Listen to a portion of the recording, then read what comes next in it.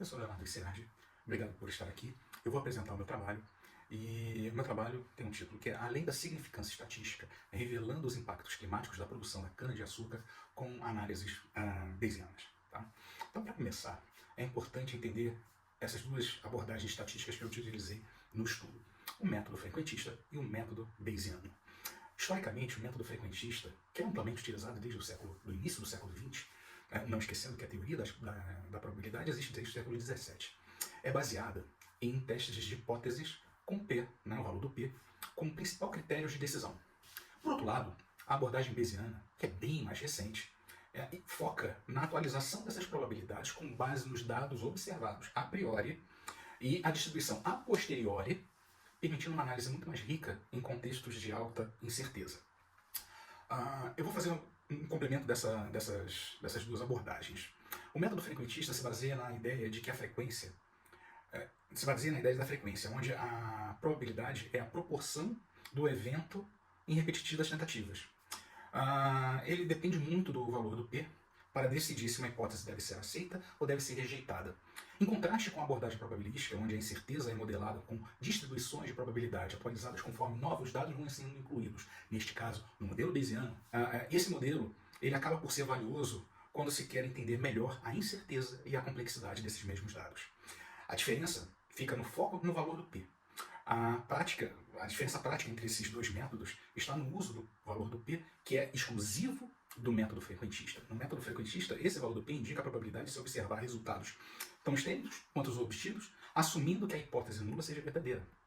Já o bayesiano não utiliza o valor do P. Em vez disso, ele se baseia na distribuição posterior para cada uma das probabilidades de uma variável causar um efeito que possa vir a proporcionar aquele outcome, ou seja, aquele resultado, proporcionando uma visão muito mais interpretativa.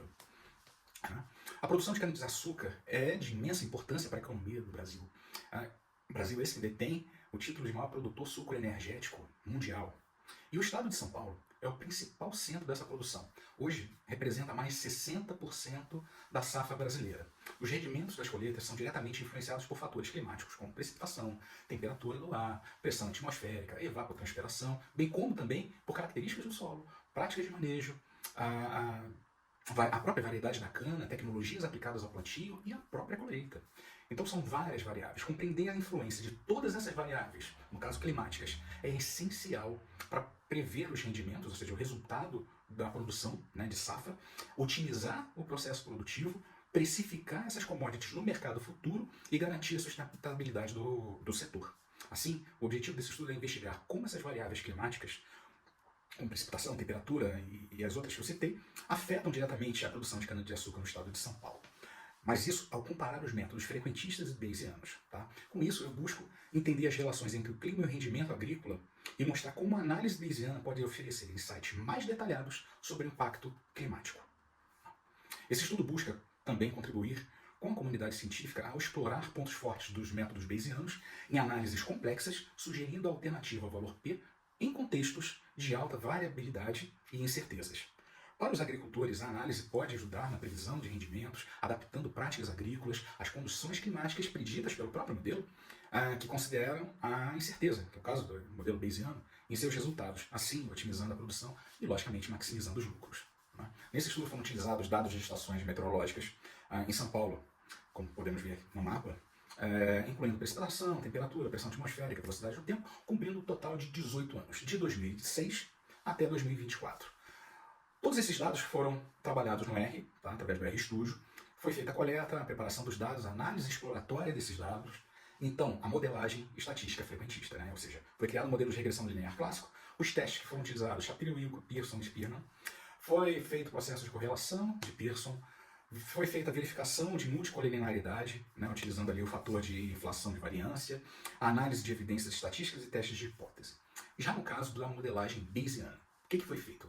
Criei um modelo bayesiano, como é óbvio, foi feito um processo de distribuição a posteriori baseado numa distribuição a priori dos dados observados, cálculo de intervalo de credibilidade, que é importantíssimo para o processo de análise de incertezas, e o ajuste do modelo às cadeias de Markov, que é o processo de cadeias de Monte Carlo.